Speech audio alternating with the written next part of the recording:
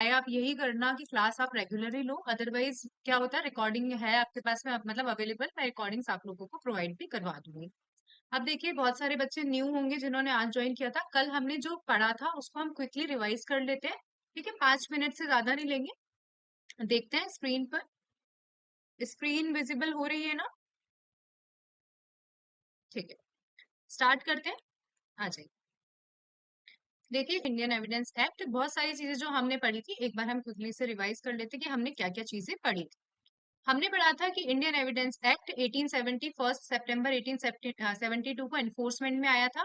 Procedural law है क्योंकि किसी राइट्स को या किसी अधिकार को बताता नहीं है, जबकि प्रोसीजर बताता है कि कैसे क्या क्या करना है, कोर्ट में एनफोर्समेंट लाना है या किसी अधिकारों को, राइट्स या लाइबिलिटीज को कैसे एनफोर्समेंट करना है उसका प्रोसीजर बताता है, इसलिए ये क्या है, प्रोसीजरल लॉ है। लेक्स फोरी लॉ है, मैंने आपको कल बताया था, लेक्स लोसी लोकेशन के अकॉर्डिंग नहीं चलता है, फोरम के अकॉर्डिंग, जहां सूट इंस्टीट्यूट किया गया है वहां के लॉ लगते हैं। और मैंने कल आपको बता भी दिया था कि हर तरीके के मतलब मोस्टली सारे प्रोसीजरल लॉ क्या होते हैं, वो लेक्स फोरी होते हैं। इसके अंदर 167 सेक्शन है, नए वाले एक्ट में 170 सेक्शन है, ठीक है। और ये एग्जॉस्टिव लॉ नहीं है, एडजेक्टिव लॉ है, ठीक है। क्योंकि क्या कर सकते हैं, जो अदर कोर्ट्स होते हैं वो कॉमन लॉज पे भी रिलाई कर सकते हैं। गोल्डन प्रिंसिपल आपको याद हो ही गए होंगे कि एविडेंस कहाँ तक आप कन्फाइंड रहेंगे, मैटर इन इशू के, इधर उधर की बातों के एविडेंस नहीं दिए जाएंगे, मैटर इन इशू के ही एविडेंस दिए जाएंगे। हेयर से एविडेंस को कम मतलब एडमिट नहीं किया जाता, एक्सेप्शन है, वो हम आगे पढ़ेंगे। और बेस्ट एविडेंस दिए जाने चाहिए। प्रियम्बल आप लोग देख लीजिएगा, कितने पार्ट्स में डिवाइडेड है, 3 पार्ट्स में डिवाइडेड है इंडियन एविडेंस एक्ट। जो भारतीय साक्ष्य अधिनियम है वो 4 पार्ट्स में डिवाइडेड है। ये जो रेलिवेंसी ऑफ फैक्ट है ये पार्ट 2 में दिया गया है भारतीय साक्ष्य अधिनियम में, बाकी सारी चीजें एज इट इज दी गई है। फिर उसके बाद में हमने कल रिवाइज किया था section number 1, short title, application and commencement, जिसे इंडियन एविडेंस एक्ट कहा जाता है, संपूर्ण भारत पर अप्लाई होता है। कहाँ अप्लाई नहीं होता, हमने पढ़ा था एफिडेविट्स पे, कोर्ट मार्शल, जो navy discipline act, naval discipline act, इन पे, ये जो एयरफोर्स के कोर्ट मार्शल होते हैं इन पर अप्लाई नहीं होता, बाकी कोर्ट मार्शल्स पर अप्लाई होता है। और जो भी आर्बिट्रेटर की जो प्रोसीडिंग्स हैं उन पर भी ये अप्लाई नहीं होता है।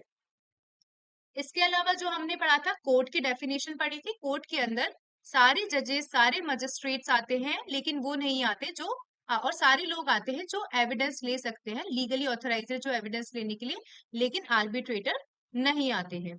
ये सब हम कल पढ़ चुके थे। और फैक्ट्स का मतलब मैंने आपको बता ही दिया था, फैक्ट्स का मतलब क्या है, कुछ भी फैक्ट्स है। क्या चीजें बताई थी मैंने, कि anything, state of thing, relation of thing, और ऐसी चीजें जिसे परसीव्ड बाय सेंसेस किया जा सकता है, वो तो क्या होते हैं, फिजिकल फैक्ट्स। और मेंटल फैक्ट्स के बारे में मैंने आपको क्या बता दिया था, कि जिसे हम परसीव्ड बाय सेंसेस नहीं कर सकते, लेकिन किसी के लाइक इल विल है, गुड इंटेंशन है, और ये सारी चीजें हमने कल पढ़ लिया, फैक्ट्स के बारे में हमने पढ़ा था। और एक सेक्शन 4 का हमने एक चीज स्टार्ट करी थी, कंक्लूसिव प्रूफ, वो हम आगे और कंटिन्यू करेंगे। अब किसी को इतने में कोई परेशानी है, बहुत सारे बच्चों ने आज ज्वाइन किया होगा, ठीक है, लेकिन कल का रिवीजन करना जरूरी था। कल हमने ये छोटी छोटी चीजें जो इतनी ज्यादा इंपॉर्टेंट नहीं है, इंपॉर्टेंट है प्री प्रोस्पेक्टस से, लेकिन ऐसा नहीं कि हमें याद नहीं होगी आप लोगों को, यदि मैंने क्विकली रिवाइज किया है तो आप लोगों को इजी वे में याद हो जाएगी। एक बार हैंड रेज कर दीजिए। कुछ भी नहीं था, सेक्शन 1 सेक्शन 2। अब लेकिन कल एक क्वेश्चन था, कल मैंने आपको बताया था, what is substantive piece of evidence, ठीक है। सब्सटेंटिव पीस ऑफ एविडेंस मैंने आपको इसमें ये बताया था कि क्या होते हैं, वो एविडेंस जिसके आधार पर अक्यूज को क्या किया जा सकता है, कन्विक्ट किया जा सकता है। यहाँ भी सब्सटेंट मतलब इतना फर्म्ड एविडेंस है कि क्या किया जा सकता है, अक्यूज को कन्विक्ट किया जा सकता है। और बाकी के जो एविडेंस होते हैं वो कोराबरेटिव या कॉन्ट्राडिक्टरी करने वाले होते हैं। अब यहाँ पे किसी ने क्वेश्चन पूछा था कि मैम क्या police diary substantive piece of evidence है क्या? उस टाइम थोड़ा सा मैंने क्वेश्चन का आंसर गलत दिया था। पुलिस डायरी ना ही सब्सटेंटिव पीस ऑफ एविडेंस है, ये हम सेक्शन 172 सीआरपीसी में देखते हैं, ठीक है। ना ही क्या है, कोराबरेटिव और कॉन्ट्राडिक्टरी पीस ऑफ एविडेंस है। आप आगे जब भी पढ़ेंगे पुलिस डायरी के बारे में, तो वहां पे लिखा जाता है कि पुलिस डायरी को एज एन एविडेंस यूज नहीं लिया जाता है, ये केवल सहायता करता है, ये क्या करता है, केवल कोर्ट की मदद करता है। याद रहेगा, बस ये इंपॉर्टेंट बात अभी तक हमने पढ़ी है। पूरी क्लास में, अभी जो 5 मिनट की क्लास हुई उसमें ये इंपॉर्टेंट बात है, सब्सटेंटिव पीस ऑफ एविडेंस क्या होता है? हाँ, कन्फेशन हो सकता है। कन्फेशन हो सकता है यदि पूरा प्रोसीजर के थ्रू लिया गया हो तो। सेक्शन 164 के अकॉर्डिंग यदि पूरा प्रोसीजरल लिया गया हो, उसको हमने बता दिया कि भाई तू सब ये दे रहा है कन्फेशन, तो तेरे अगेंस्ट ही यूज होगा, ये सारी जो फॉर्मेलिटीज कंप्लीट हो जाती है तो होता है। ठीक है, एक बार हैंड रेज कर दीजिए। Police diary substantive piece of evidence नहीं होता है, किसी भी तरीके का एविडेंस नहीं होता है, केवल क्या करता है, एड करता है, सहायता करता है। ठीक है, अब आ जाइए, क्लास स्टार्ट करते हैं, आज की क्लास देखिए। हम कहाँ पर आ गए थे? कंक्लूसिव प्रूफ, ये सेक्शन 4 का है, लेकिन हमने थोड़ा सा पढ़ लिया था, ये हम सेक्शन 4 के साथ में भी पढ़ लेंगे। अब आ जाइए डिस्प्रूव्ड, ये डेफिनेशन सबसे पहले हम पढ़ेंगे, प्रूव्ड की डेफिनेशन। एक्चुअली में ये जो बनाया गया भारतीय साक्ष्य अधिनियम के हिसाब से बनाया गया, तो थोड़ा सा ऊपर नीचे है ये।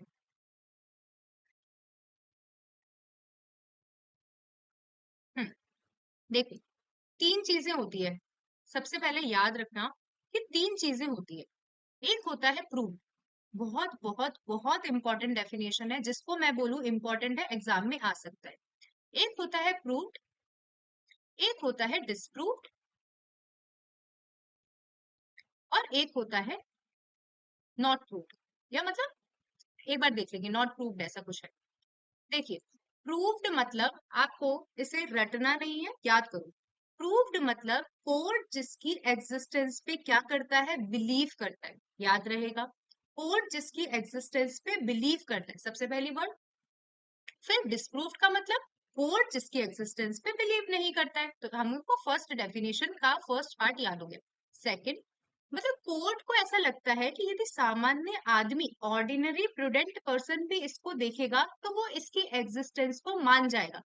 फॉर एग्जाम्पल, मुझे कहा गया कि पानी क्या होता है, तरल होता है। ठीक है, कोर्ट के सामने क्वेश्चन हो रहा है कि पानी क्या है, तरल होता है, लिक्विड होता है। तो यदि नॉर्मल आदमी, मतलब एक छोटा बच्चा 3 साल का भी है, तो उसको भी क्या पता है, पानी की लिक्विडिटी पता है। ठीक है, तो मैंने क्या कहा, प्रूव्ड मतलब कोर्ट जिसकी एग्जिस्टेंस को क्या करता है, बिलीव करता है। मतलब कोर्ट जिसकी एग्जिस्टेंस को बिलीव करता है, फर्स्ट याद रहेगा। सेकंड, कोर्ट जिसे मानता है कि भाई ऑर्डिनरी प्रूडेंट पर्सन भी इसकी एग्जिस्टेंस को मानेगा। तो सेम डेफिनेशन, ये तो प्रूव्ड की है। और डिस्प्रूव्ड की क्या डेफिनेशन है? कोर्ट जिसकी एग्जिस्टेंस को बिलीव नहीं करता है, और कोर्ट ये ऐसा मानता है कि भाई यदि ऑर्डिनरी प्रूडेंट पर्सन के सामने भी ये चीज आएगी, तो वो जो ऑर्डिनरी प्रूडेंट पर्सन है वो उसकी एग्जिस्टेंस पर बिलीव नहीं करेगा। एक बार पढ़ते हैं, फिर मैं आपसे पूछती हूँ क्या बोलता है प्रूफ। देखिए, in relation to a fact,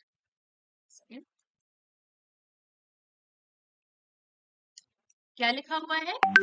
in relation to a fact means when after considering the matter before the court, court के सामने कोई मैटर चल रहा है, तो क्या बोला कि कोई फैक्ट कोर्ट उसकी एग्जिस्टेंस को क्या करता है, या तो इधर मतलब या तो बिलीव करता है, या उसकी एग्जिस्टेंस को ऐसा कंसीडर करता है कि जो नॉर्मल प्रूडेंट पर्सन है, वो नॉर्मल सर्कमस्टांसेस में भी उसकी एग्जिस्टेंस को क्या मानेगा, उसकी एग्जिस्टेंस को प्रोबेबल मानेगा। देखिए, so probable that prudent man ought under particular case to act upon the supposition that, क्या रहेगा, क्या वो सपोज करेगा कि हाँ भाई ये एग्जिस्ट करता है।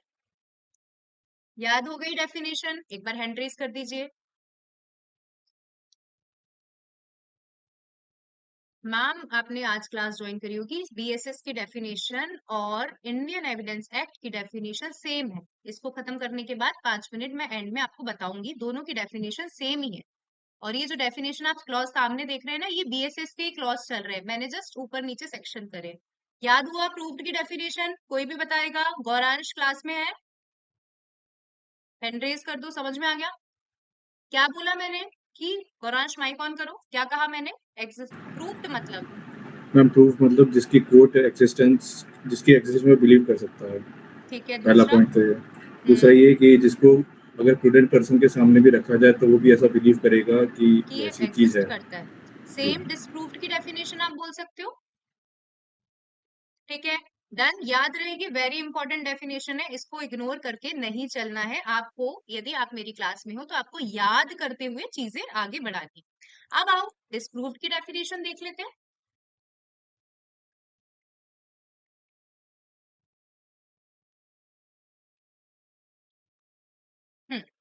Disproved, in relation to a fact, in relation to a fact means after considering the matter before the court the at the court either believes, court क्या believe करता है, that it does not exist और consider its non existence, और इसकी non existence को court ऐसा consider करता है, so that so that probability that a prudent man under particular case to act upon supposition it does not exist, कि ये exist नहीं करता है, ये नॉर्मल प्रूडेंट पर्सन के सामने भी ये चीज आएगी तो वो यही कंसीडर करेगा। एक आगे डेफिनेशन आएगी नॉट प्रूव्ड, वो हम आगे देख लेंगे। आई होप समझ में आ गई होगी। आपसे पूछा गया what is proved and what is disproved, तो आपको पता होना चाहिए। आ जाइए नेक्स्ट डेफिनेशन किसकी, डॉक्यूमेंट। देखिए किसी भी चीज पर, इसको बोलते हैं, हमने ऐसे याद किया था ईडीएस, क्या होता है, कुछ ईडी होते हैं ना, तो हमने याद करा था डॉक्यूमेंट की डेफिनेशन इंपॉर्टेंट है, इसमें भी आती है, इंडियन पीनल कोड में भी, और किस में आती है, इंडियन एविडेंस एक्ट में भी आती है। ठीक है, तो क्या बोला ईडीएस की, एनी मैटर, क्या बोला, एनी मैटर एक्सप्रेस्ड, क्या बोला, एक्सप्रेस्ड और डिस्क्राइब्ड। देखिए document means any matter expressed और डिस्क्राइब्ड अपॉन एनी सब्सटेंस, ई मतलब एक्सप्रेस, डी मतलब डिस्क्राइब्ड और एस मतलब सब्सटेंस, कि कोई भी मैटर एक्सप्रेस है, डिस्क्राइब्ड है, किस पे, एक सब्सटेंस पे, तो किसके थ्रू डिस्क्राइब्ड है या किसके थ्रू एक्सप्रेस्ड है, by meter, by means of letter, या तो लेटर के थ्रू एक्सप्रेस्ड है, या फिगर्स के थ्रू एक्सप्रेस्ड है, या मार्क्स के थ्रू एक्सप्रेस्ड है, या एनी ऑफ दीज। याद रहा, देखो कुछ भी नहीं बोला मैंने, बोला एनी मैटर एक्सप्रेस्ड और described upon any substance, upon any substance by means of letter, figures और मार्क्स, और बाय एनी ऑफ दीज। ठीक है, और इससे क्या किया जा रहा है, ये जो चीजें हैं, ये चीजें इंटेंडेड, ये चीजें which is intended to be used, कि ऐसा इंटेंशन है कि ये यूज की जाएंगी या may be use for the purpose of recording that matter and includes electronic और डिजिटल रिकॉर्ड्स। ठीक है, ये भारतीय न्याय संहिता में, ये जब हम इंडियन एविडेंस एक्ट की बात कहेंगे तो यहाँ पे नीचे अलग से लिखा हुआ है कि इलेक्ट्रॉनिक और डिजिटल रिकॉर्ड को क्या किया जाता है, इंक्लूड किया जाता है, और भारतीय साक्ष्य अधिनियम में यहाँ डायरेक्ट ही लिख दिया है। तो चलो हम आगे देख लेंगे। याद हो गई डेफिनेशन, कोई भी matter, any matter expressed or described, expressed or described upon any substance by means of letter, by means of figures or by means of marks or by any of these, by any of these, जिसका क्या intention है, ये you intended to be used और may be used for recording that matter, तो इसे क्या कहा जाता है, डॉक्यूमेंट कहा जाता है। कुछ भी, किसी भी चीज पर, लाइक मान लीजिए किसी पत्थर पे लिख दिया, किसी पत्ते पे लिख दिया, किसी कागज पे लिख दिया, ठीक है, तो ये सारी चीजें क्या है, ये सारी चीजें डॉक्यूमेंट, क्या है, ये सारी चीजें डॉक्यूमेंट है। और इसके अंदर क्या इंक्लूडेड है, आजकल ये जो डिजिटल चीजें चल रही है और इलेक्ट्रॉनिक एविडेंसेस, ये सॉरी इलेक्ट्रॉनिक रिकॉर्ड्स भी ये इंक्लूडेड। अब देखो writing document, maps, plan, caricature, ये सब चीजें क्या है, website, voice mail, server logs, ये सब चीजें डॉक्यूमेंट की डेफिनेशन में आते हैं। जब हम इंडियन एविडेंस देखेंगे वहां तक, यहीं तक एग्जाम्पल देखोगे, यही लिखा हुआ है, ये सब चीजें भारतीय साक्ष्य अधिनियम में ऐड की गई है, वेबसाइट है, वॉइस है, मेल मैसेजेस, सर्वर लॉग्स है। ठीक है, याद रहेगी डॉक्यूमेंट की डेफिनेशन। जल्दी से देखो, हमने 3-4 डेफिनेशन याद करी अभी तक, डिस्प्रूव्ड की करी, प्रूव्ड की करी और डॉक्यूमेंट की करी। ठीक है, आई होप तीनों डेफिनेशन हमें अच्छे से याद हो गई है। अब आ जाइए नेक्स्ट, एविडेंस। अब देखिए, देखो आप अपने, देखो क्या होता है, अभी आपको लगेगा कि मैम कैसे याद करवा रही है, ईडीएस क्या होता है, आप अपने बेयर एक्ट में ईडीएस लिख लोगे ना, आप अपने बेयर एक्ट में यदि ईडीएस लिख लोगे तो आपको याद रहे, क्या रहेगा, आपको याद रहेगा कि ईडीएस लिख दिया, कि भाई डॉक्यूमेंट की डेफिनेशन में क्या है, ईडीएस है। ठीक है, ठीक है, कि डॉक्यूमेंट की डेफिनेशन में ईडीएस है। और अब जैसे आएंगे हम एविडेंस। एविडेंस क्या होते हैं, एविडेंस होते हैं ओरल एविडेंस या डॉक्यूमेंट्री एविडेंस। एविडेंस बहुत सारे तरीके के होते हैं, लेकिन जब हम एविडेंस, तो आप एक बात समझो, ये जो इंडियन एविडेंस एक्ट में एविडेंस की डेफिनेशन दे रखी है, क्या ये एग्जॉस्टिव है, क्या कोई बताएगा, क्लास में कोई है, क्या एग्जॉस्टिव डेफिनेशन है इंडियन एविडेंस एक्ट की डेफिनेशन जो दे रखी है एविडेंस की, क्या एग्जॉस्टिव डेफिनेशन है, कोई भी नहीं। बता दीजिए। नहीं है ना, क्योंकि इसके अंदर तो केवल दो तरीके के एविडेंस बताए हैं, ओरल और डॉक्यूमेंट, लेकिन हम तो कितने तरीके के एविडेंस देखते हैं, कितने अथा अभी पीछे बहुत सारे तरीके के एविडेंस देखेंगे हम।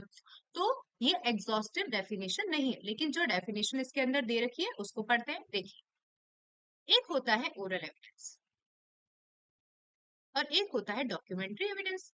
तो अब अगेन हमें रटना नहीं है चीजें, हमें समझनी। कोर्ट ने आपको कहा, या कोर्ट के सामने कोई केस चल रहा है, आप एक डीड लेकर आ गए, क्या लेकर आ गए, आप एक एग्रीमेंट लेकर आ गए या आप एक रजिस्ट्रेशन डीड लेकर आ गए। कोर्ट क्या करेगा, उसका इंस्पेक्शन करेगा। क्या करेगा, कोर्ट उसका इंस्पेक्शन करेगा। तो आपको एक चीज समझ में आ गई कि डॉक्यूमेंट्री एविडेंस जब हम लिखेंगे तो हमें वहां इंपॉर्टेंट शब्द क्या लिखना है, इंस्पेक्शन। ठीक है, क्या लिखना है, इंस्पेक्शन। और ओरल एविडेंस क्या होता है, देखो मैंने आपको पहले भी बताया था कि ओरल एविडेंस को जनरली कोर्ट में एडमिट नहीं मान, मतलब जनरली कोर्ट एडमिट नहीं करता है। तो क्या करेगा, समझना, ओरल एविडेंस कोर्ट में तभी प्रस्तुत किए जाएंगे जब कोर्ट परमिट कर दे। समझ रहे हो, परमिट कर देगा। ठीक है, जनरली आप ऐसे ओरल एविडेंस नहीं बोल सकते कि यार ये पारुल सर, मैं ना मुंह से बोल रहा हूँ ना, आप मेरी बात सुनो ना, आप मेरी बात सुनो। तो कोर्ट ऐसी चीजों को एडमिट नहीं करेगा। जब कोर्ट आपने कहा और कोर्ट ने परमिट कर दिया ना, तो वो ओरल एविडेंस की कैटेगरी में आ जाएगा।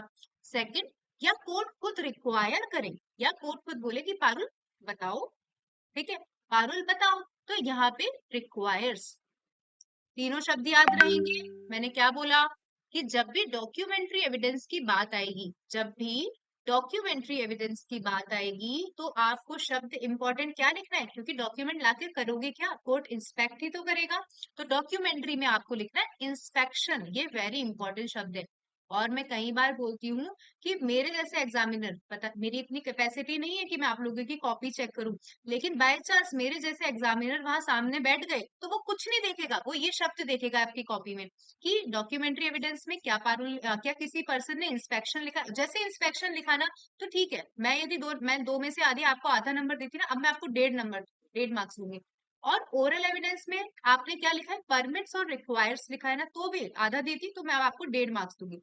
समझ में आया, याद रहेगा, कैसे याद रहेगा, ओरल एविडेंस में कोर्ट या तो आपको परमिट करता है या रिक्वायर करता है।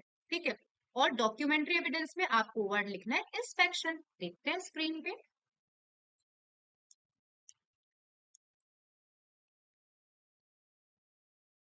और देखिए, ओरल एविडेंस तो एग्जॉस्टिव नहीं है, मैंने आपको पहले ही बताया। यहाँ पे जो डेफिनेशन है इंक्लूसिव डेफिनेशन है, यहाँ पे डिफाइन नहीं लिखा हुआ, एविडेंस मीन्स नहीं लिखा हुआ, एविडेंस इंक्लूड्स लिखा हुआ है oral evidence. All statements including statement given in electronically which, ये भाई इंडियन एविडेंस एक्ट की डेफिनेशन में नहीं लिखा हुआ, all statement which permits or requires to be made before the court। याद रहेगा कि all statements which is permit या which is permitted या which permits और requires to be made before the court। और डॉक्यूमेंट्री एविडेंस में क्या लिखा हुआ है, all documents including electronic and digital records produced for the inspection of the court। Definition याद रहेगी डॉक्यूमेंट की और इसकी एविडेंस की, एक बार हैंड रेज कर दो। तीनों शब्द परमिट्स, रिक्वायर्स और inspection. all statements which is required या which is permitted by the court to be produced। और सेकंड, all documents जो क्या किया गया है, including electronic or digital records produced for the inspection of the court. Done, आगे चलते हैं।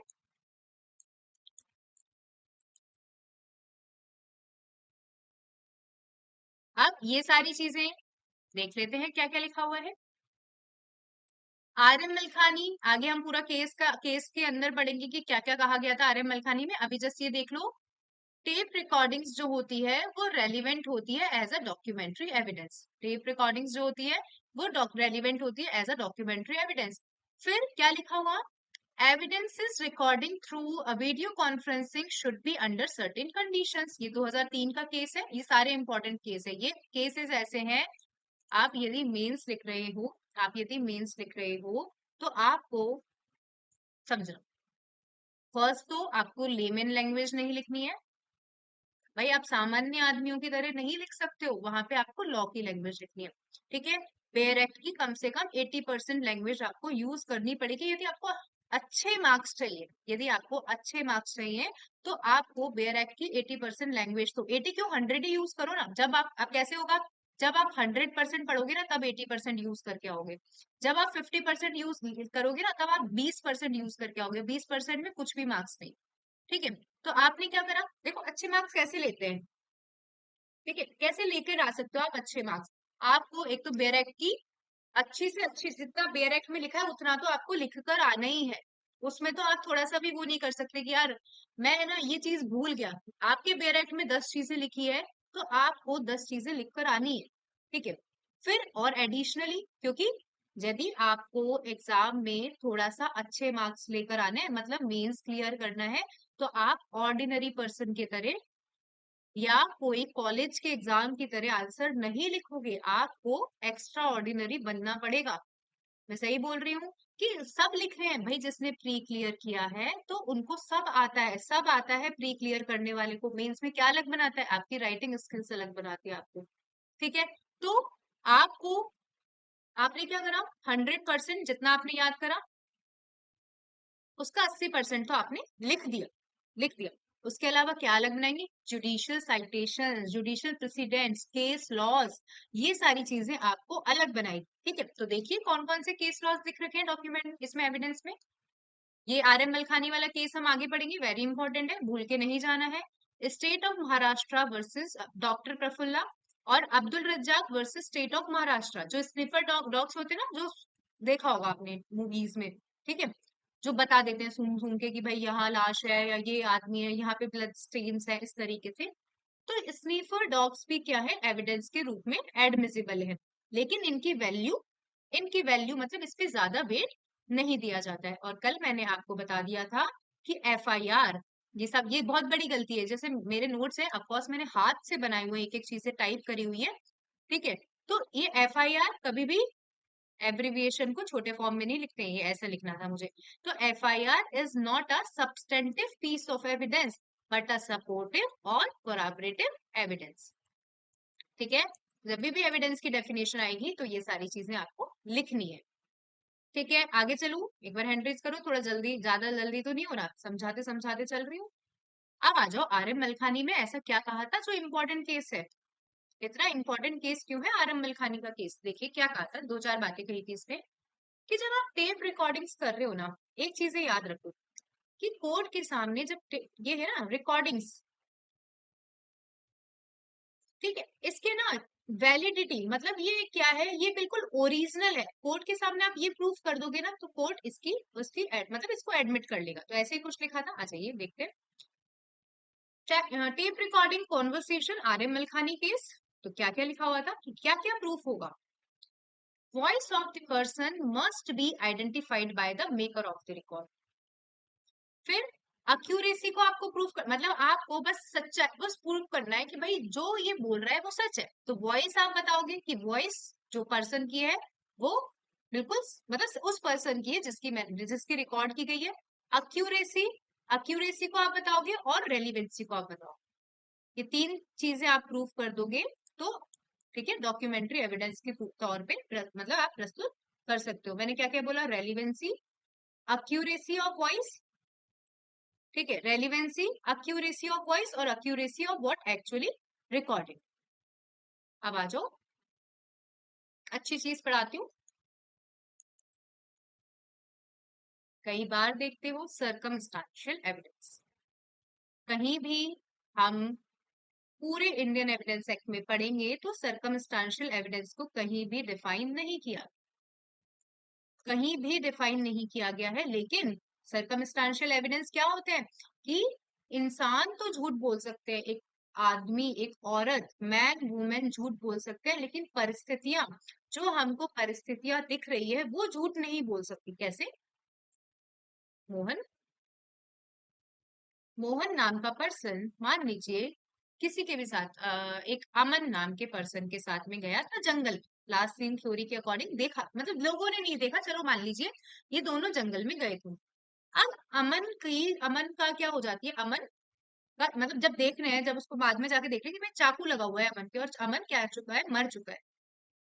तो आज ये मोहन आता है और ये इसके हाथ में चाकू भी है, ठीक है, इसके हाथ में या इसके गले में मतलब निशान भी है, लड़ाई झगड़े के निशान भी, नाखून वाखून के निशान भी, खून भी लगा हुआ है। और ये मोहन आकर बोलता है कि भाई पारुल ने मारा।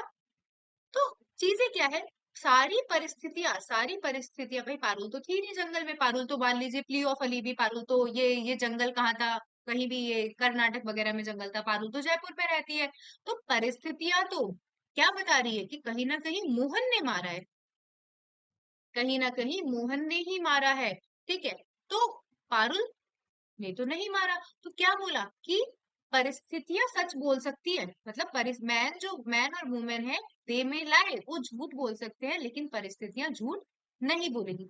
लेकिन अब देखो, अब कितनी बड़ी बात हो जाती है कि परिस्थितियों को देखकर आप किसी इंसान को कन्विक्ट कैसे कर सकते हो।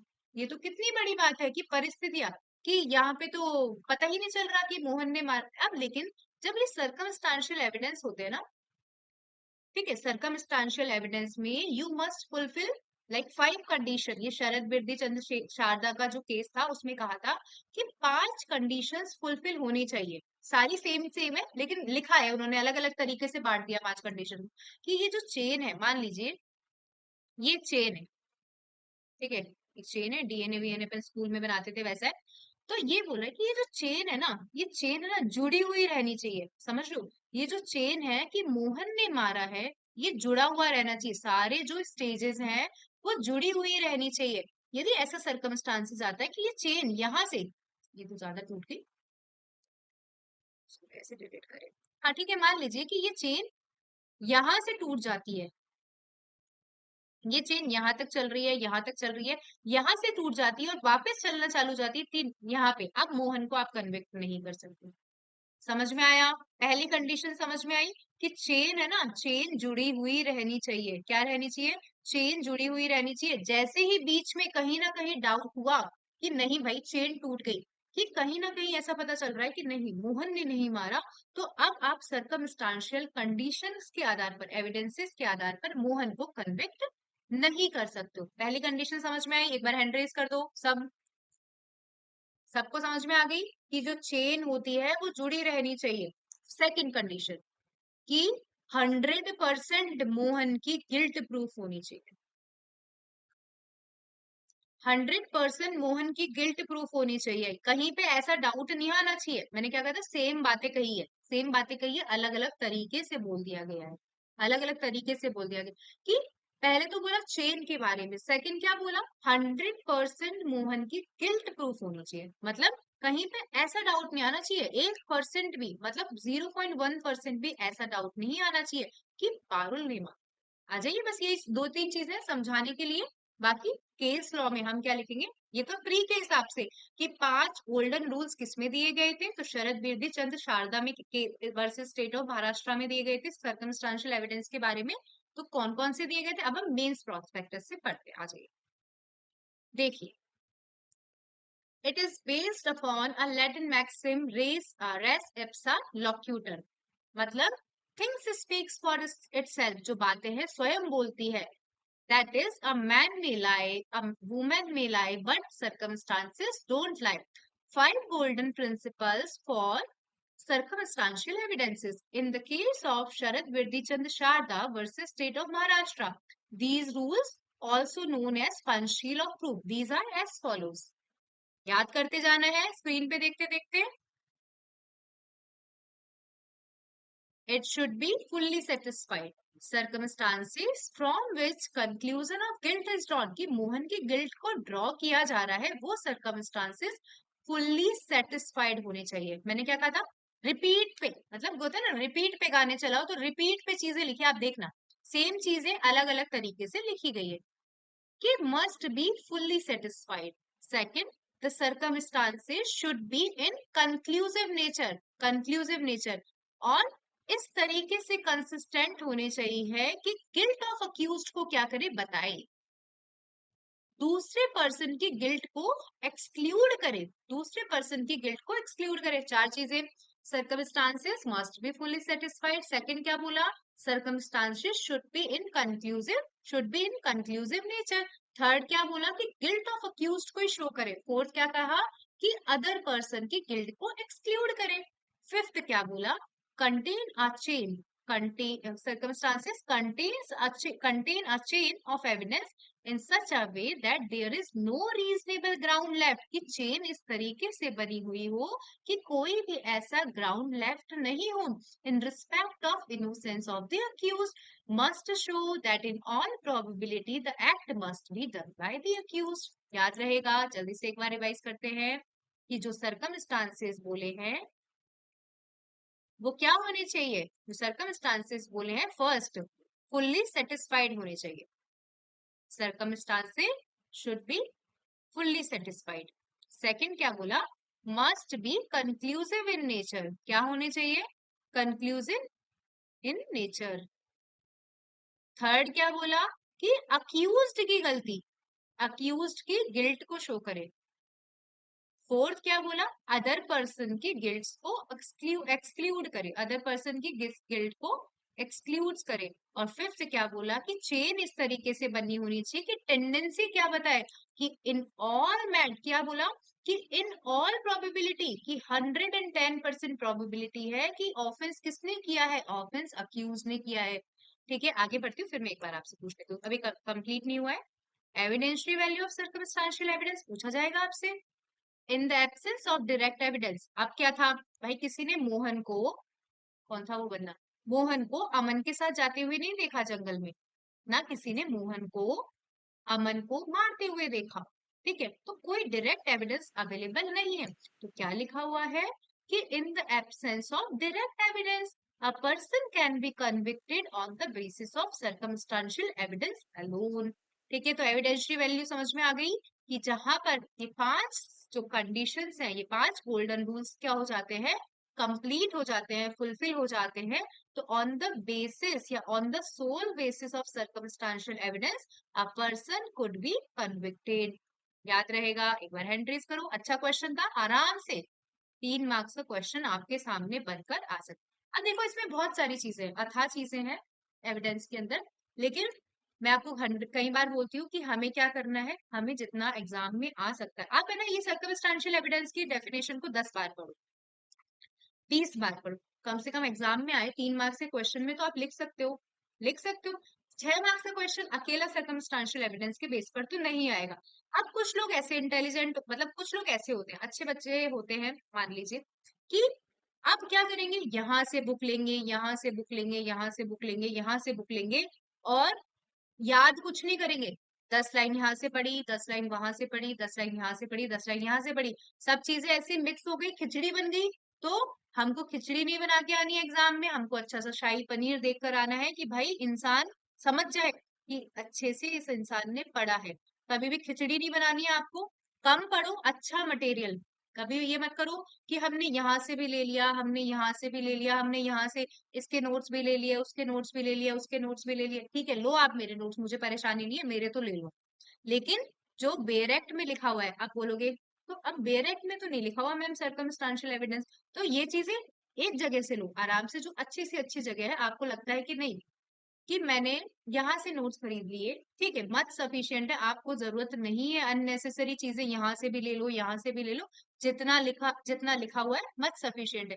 आपको एविडेंस के अलावा अदर एक्ट्स भी तो पढ़ने हैं, एविडेंस तो 15 दिन का है, 20 दिन में खत्म हो जाएगा, ये सीपीसी सीआरपीसी ये 30-30 35-35 दिन के एक्ट है, यदि सारा ही इसके अंदर मिक्स मैच कर दोगे तो क्या करोगे लाइफ में, तो ऐसा नहीं करना।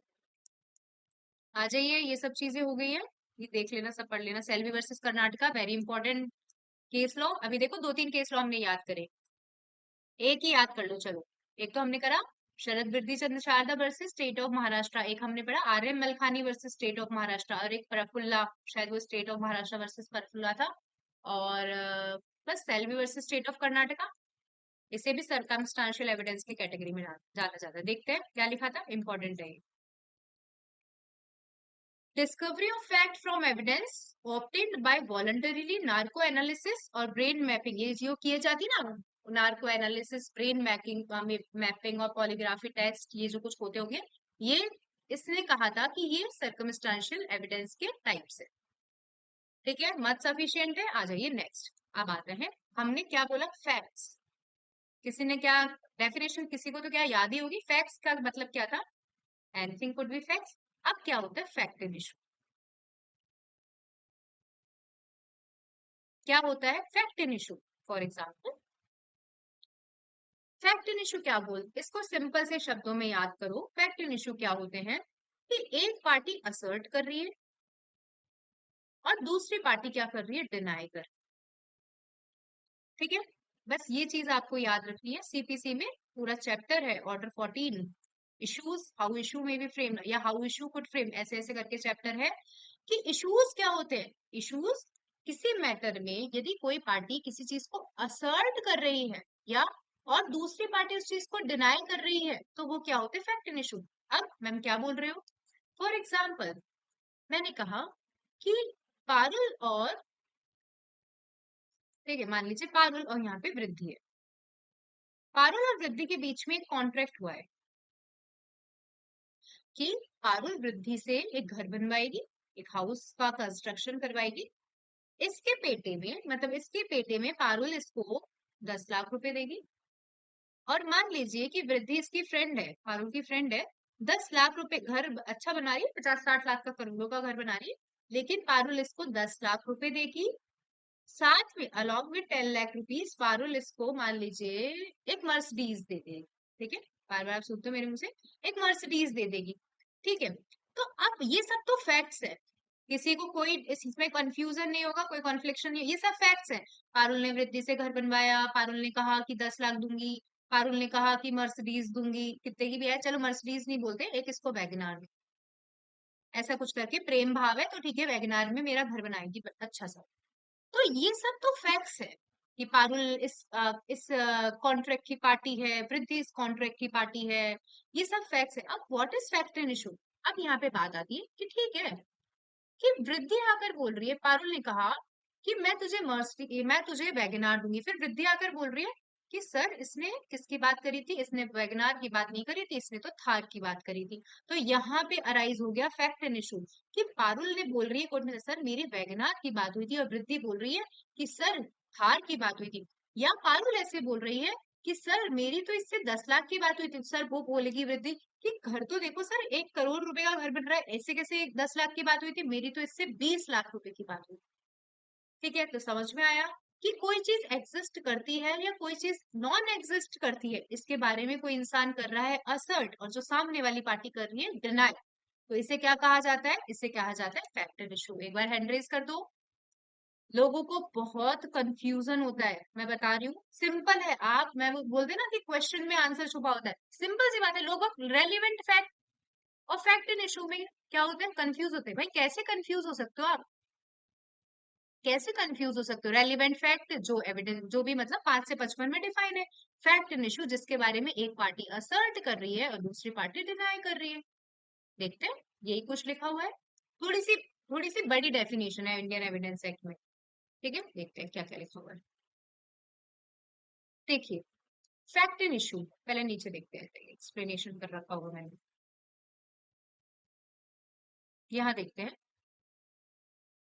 In Civil Procedure Code 1908, the fact which is asserted by one party or denied by another. ठीक है, fact and issue are also called main facts that they are backbone of the legal proceeding framed by the court on the basis of pleading. कि facts and issue क्या होते हैं, facts and issue भाई of course क्या है, read के दिए facts and issue, backbone है जिसके आधार पर कोर्ट क्या करेगी, जिसके आधार पर कोर्ट डिसीजन देगी। ठीक है, बैकबोन होते हैं, मेन क्वेश्चंस होते हैं, जिस लड़ क्यों रहे हैं केस इसलिए तो लड़ रहे हैं क्योंकि फैक्ट एंड इशू है। अब इंडियन एविडेंस एक्ट की डेफिनेशन थोड़ी सी कॉम्प्लिकेटेड है, याद करके जाइए, आ जाइए। कुछ भी देखिए, फैक्ट इन इशू जो क्या करते हैं, जो या तो इटसेल्फ खुद के अकेले के द्वारा, और इन कनेक्शन विद अदर्स, और in connection with other fact क्या दिखाते हैं, एग्जिस्टेंस, नॉन एग्जिस्टेंस, नेचर या एक्सटेंट। ठीक है, फैक्ट इन इशू मतलब any fact which shows either itself और in connection with other, existence की कोई चीज एग्जिस्ट करती है, नॉन एग्जिस्टेंस या नेचर बताते हैं या एक्सटेंट बताते हैं किसका, of any rights, liability, disability. ठीक है, मैंने क्या कहा था कि सर मेरा अधिकार है, वृद्धि बोल रही है कि मेरा अधिकार है कि मैं इससे 15 लाख रुपए मांगती हूँ। ठीक है, या पारुल की लाइबिलिटी है कि पारुल को 15 लाख रुपए देना है। ठीक है, या कि किसी चीज की डिसेबिलिटी है, उसको क्या करा जा रहा है, उसको दिखाया जा रहा है या तो उसकी एग्जिस्टेंस को कि हाँ ये लाइबिलिटी है, या नॉन एग्जिस्टेंस को कि नहीं ये लाइबिलिटी नहीं है, या नेचर को या एक्सटेंट को, जिससे क्या किया जाता है, विच इज असर्टेड बाय और असर्टेड और denied in any suit of proceeding. याद करो, वापस आ जाइए स्क्रीन पे, यहाँ देखते हैं इस स्क्रीन को।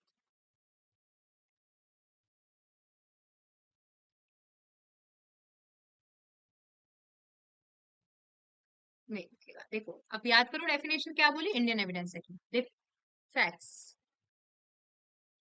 विच itself or in connection with other।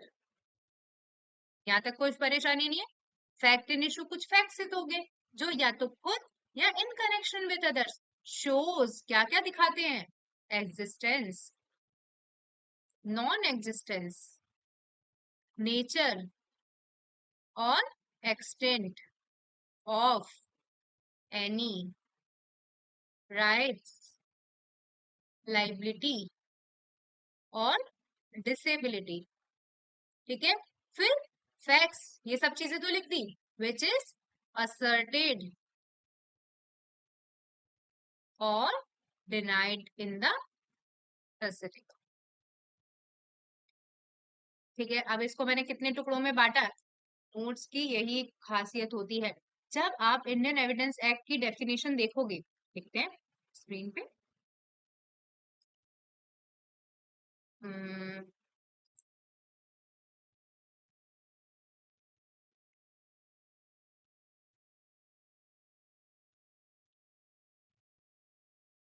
देखो जब आप इसको देखोगे, इसकी डेफिनेशन इंटरप्रिटेशन क्लॉज के अकॉर्डिंग क्या लिखा हुआ है समझ में ही नहीं आएगा। Facts in issue the expression fact, ये तो अभी मैंने आपको समझा दिया, तो आपको ये समझ में आ रही है ये चीजें।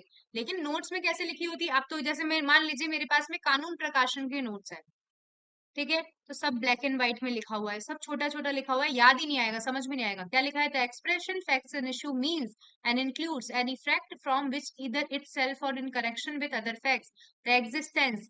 अब यहाँ पे शोज लगाने से ही पूरा सेंटेंस कितने अच्छे तरीके से फ्रेम हुआ है, यहाँ पे शोज नहीं लिखा हुआ, the existence, non-existence, nature or extent of any right, liability or disability asserted or denied in any suit proceeding necessary follows। तो आप लोगों ने डिफरेंस समझा,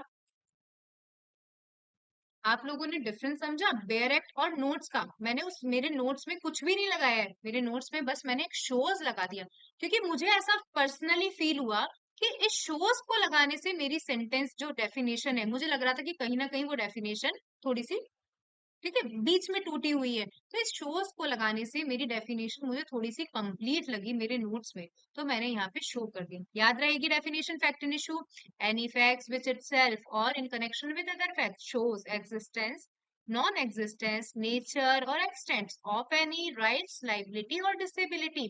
ठीक है, विच इज असर्टेड और denied by in the proceeding, in the legal proceeding. ठीक है, आई होप याद हो गई होगी डेफिनेशन, एक बार हैंड रेज करो। ठीक है, कुछ और देखते हैं नया सा। सेक्शन 3 तो कंप्लीट कर लेते हैं, ये सेक्शन 4 आ गया। अब यहाँ पे मैंने इसलिए लिख रखा होगा भारतीय साक्ष्य अधिनियम। एक बार चलो बीएसए देखते हैं, बीएसए में क्या क्या चीजें हैं एक बार इसके अलावा और देखते हैं। मे प्रिज्यूम के अलावा नॉट प्रूव्ड की डेफिनेशन भी देख लो। अभी हमने क्या करा, एक तो हमने प्रूव्ड की पढ़ी, एक नॉट इसकी पढ़ी डिसप्रूव की। तो A fact is said to be not proved when it is neither proved or not disproved। Simple सी डेफिनेशन है। एक फैक्ट को नॉट प्रूव कब माना जाएगा, जब वो ना प्रूव हुई हो ना डिस्प्रूव हुई हो। रेलिवेंट रेलिवेंट अपन कल देख लेंगे। अब आ जाइए, सब हम पढ़ चुके हैं। आ जाइए देखते हैं भारतीय साक्ष्य अधिनियम। ये कुछ अलग से लिखा हुआ है कि इसके अंदर कोई पूछ रहा था, कुछ भी अलग नहीं दिखेगा। एक भी चीज आपको अलग दिख जाए तो देख लेना, बस भारतीय साक्ष्य अधिनियम दिख जाएगा, बाकी तो जजेस की definition same to same definition है। कंक्लूसिव प्रूफ अभी हम बाद में पढ़ेंगे। डिस्प्रूफ की डेफिनेशन सेम टू सेम है, दिख रही होगी, धीरे धीरे चला रही हूँ। डॉक्यूमेंट की डेफिनेशन सेम टू सेम है। एविडेंस की डेफिनेशन ऑफकोर्स ये तो कॉपी पेस्ट ही है, लेकिन देख लो कुछ भी अलग नहीं है। अब कोई मुझसे पूछे कि मैम भारतीय साक्ष्य अधिनियम पढ़ा रहे हो, बस मैंने आपको कल ही बताया था डिफरेंस कहाँ है। क्या बोला था मैंने, डिफरेंस कहाँ है, मैंने डिफरेंस में बोला था ये लगा दिया, to A to B to C to D to E है, ऐसे करके लगा दिया, बाकी कहीं डिफरेंस नहीं। देखो टू एफ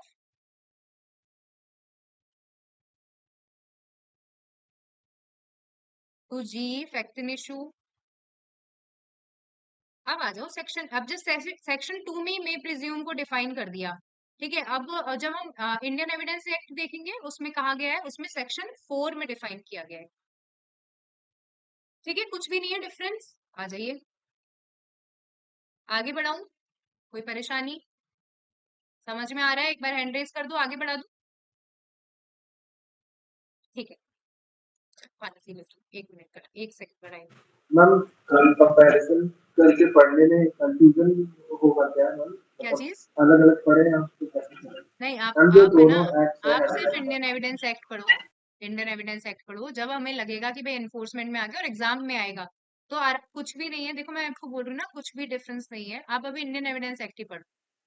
क्योंकि मैं, आप 100 बार भी ये पढ़ोगे कि सेक्शन आपको आज भी याद रहेगा कि 138 से 139 140 इसमें क्या कहा गया है। 138 में री एग्जामिनेशन या एग्जामिनेशन इन चीफ या क्रॉस एग्जामिनेशन। अभी ये 138 के सेक्शन को मान लीजिए भारतीय साक्ष्य अधिनियम में कर दिया, मान लीजिए 153 कर दिया, आप है ना नहीं समझ पाओगे, नहीं याद कर पाओगे आज की डेट पे, ठीक है। तो जैसा जैसा चल रहा है प्रोसेस, जैसा जैसा चल रहा है, कुछ भी डिफरेंट है तो मैं आपको अलग से बता दूंगी। यदि कुछ भी डिफरेंस है, लाइक जैसे ओरल एविडेंस में including electronic evidence Indian evidence act में नहीं लिखा हुआ, लेकिन ऐसा भारतीय साक्ष्य अधिनियम में लिखा हुआ है। तो आप ये मत सोचो कि कौन सा पढ़ना है कौन सा नहीं, अभी जो जैसा चल रहा है उसे वैसे ही चलने दीजिए, एक्सेप्ट कुछ चीजें आएगी तो मैं आपको बता दूँ, ठीक है। Okay thank you.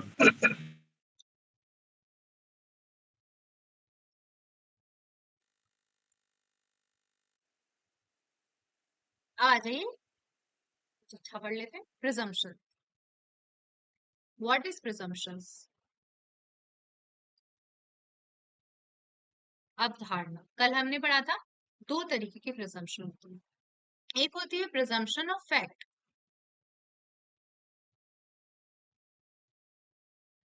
ठीक है, एक होती है प्रिजम्पशन ऑफ लॉ।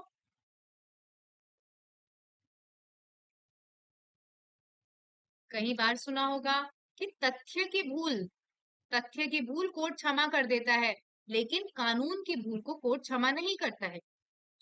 तो तथ्य की भूल के जो फैक्ट्स होते हैं, क्या बोल दिया, तथ्य की भूल जो सर्कमस्टांसेस पे बेस्ड होती है चीजें, तो कोर्ट मान लीजिए कि कोई भी ऐसी चीज थी कि मुझे तो सर पता नहीं था, मुझे सर पता नहीं था कि इस डेट पर आना है, ये तथ्य की भूल है, ये सर्कमस्टांसेस की भूल है, तो ये तो एक्सक्यूजेबल है, ये क्षमनीय है, ठीक है, क्षमा कर देगा कोर्ट।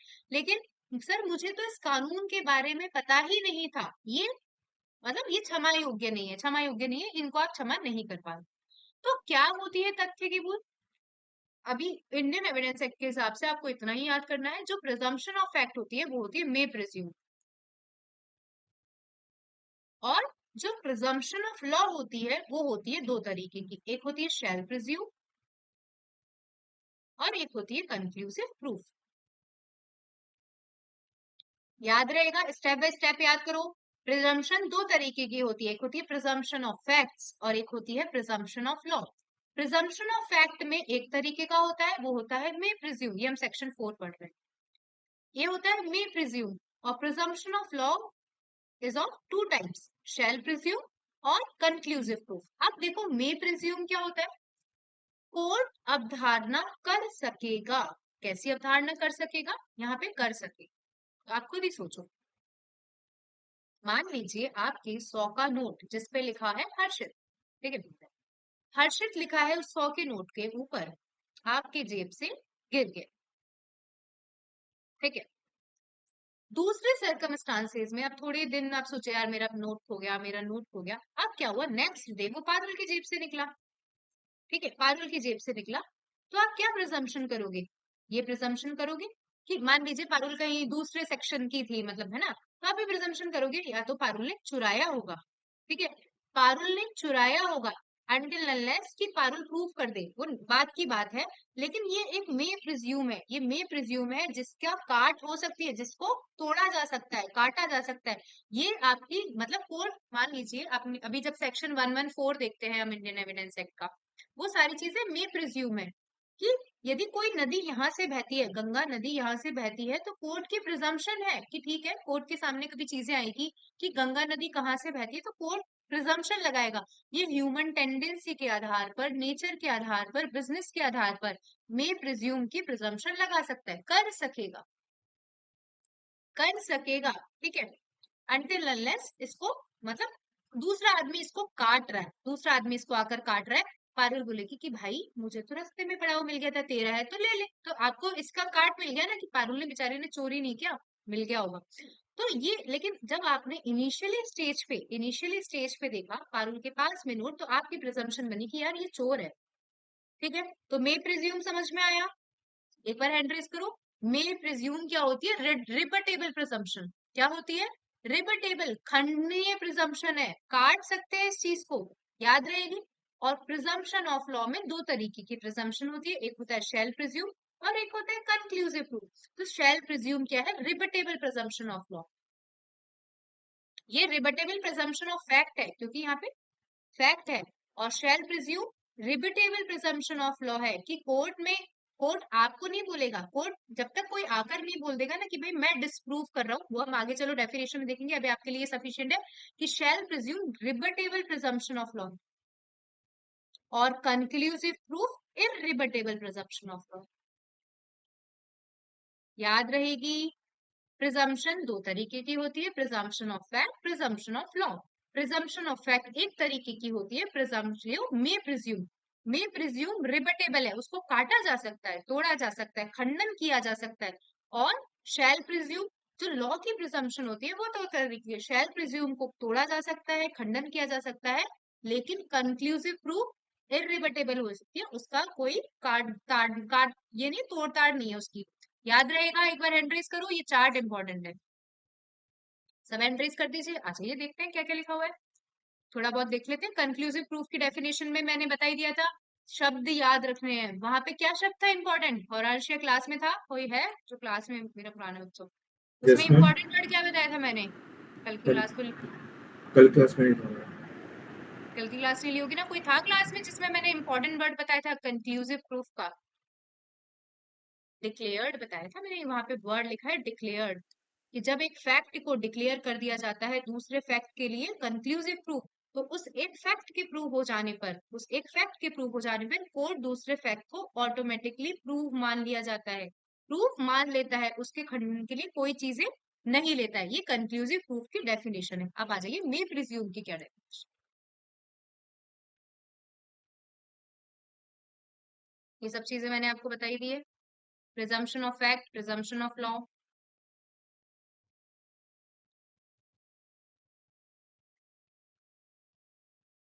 अच्छा ये देखते हैं पहले मे प्रिज्यूम क्या है। देखो, जैसे मैंने आपको बताया वहां पे इंपॉर्टेंट वर्ड क्या था, डिक्लेयर्ड, यहाँ पे इंपॉर्टेंट वर्ड है प्रोवाइडेड। क्या वर्ड है? प्रोवाइडेड। पढ़ो।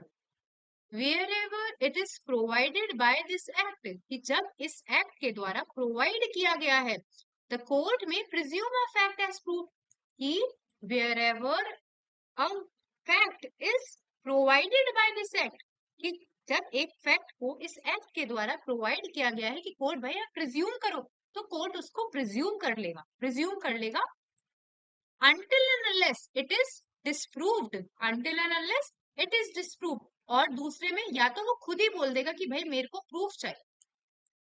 लाइन समझ में आई? मैंने दो लाइन बोली कि जब इस एक्ट के द्वारा प्रोवाइड किया गया है, कोर्ट इसको मे प्रिज्यूम मान लेगा, लेकिन दो चीजें, कि या तो वो खुद बोल देगा कि भाई ला भाई प्रूफ ला, मुझे तो प्रूफ चाहिए, मैंने मे वर्ड बोला है, मे और शेल में अंतर समझ गए? मे होता है, कभी आप पढ़ते भी होंगे तो हम पढ़ते हैं ना, क्या बोलते हैं तो मे और शेल कैन कुड, जो भी है याद नहीं आ रहा। तो मे वर्ड होती है संभाव्य, संभावना, ठीक है। तो मे प्रिज्यूम वर्ड है, तो मे प्रिज्यूम में जब इस एक्ट के द्वारा प्रोवाइड किया गया है, तो कोर्ट उसको प्रिज्यूम मे प्रिज्यूम मान लेगा, लेकिन दो चीजें, या तो वो खुद बोल सकता है कि भाई ला, क्या लेकर आ, सबूत लेकर आ इसके काटने के लिए, प्रूफ लेकर आ, या दूसरी सिचुएशन मैंने क्या बोली, या दूसरा आके खुद तोड़ सकता है इस चीज को, डिस्प्रूव कर सकता है। तो आ जाइए, यही लिखा हुआ है कि when it is provided by this act, the court may presume a fact as proved until unless it is disproved or may call for proof it.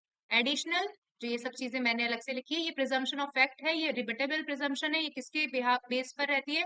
Experiences, human brain, human affairs, custom, uses, इसके behalf पर ये चीजें रहती है। अब आ जाओ shell presume.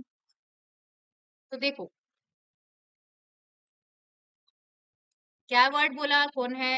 कोई है क्लास में? सबसे पहले हर्षित, सबसे पहले क्या वर्ड बोला था मैंने? कंक्लूसिव प्रूफ के लिए इंपॉर्टेंट वर्ड क्या है? डिक्लेयर्ड, और मे प्रिज्यूम के लिए प्रोवाइडेड, प्रोवाइडेड। अब आ जाओ शेल प्रिज्यूम। शेल प्रिज्यूम में इंपॉर्टेंट वर्ड दे रखा डायरेक्टेड, ठीक है।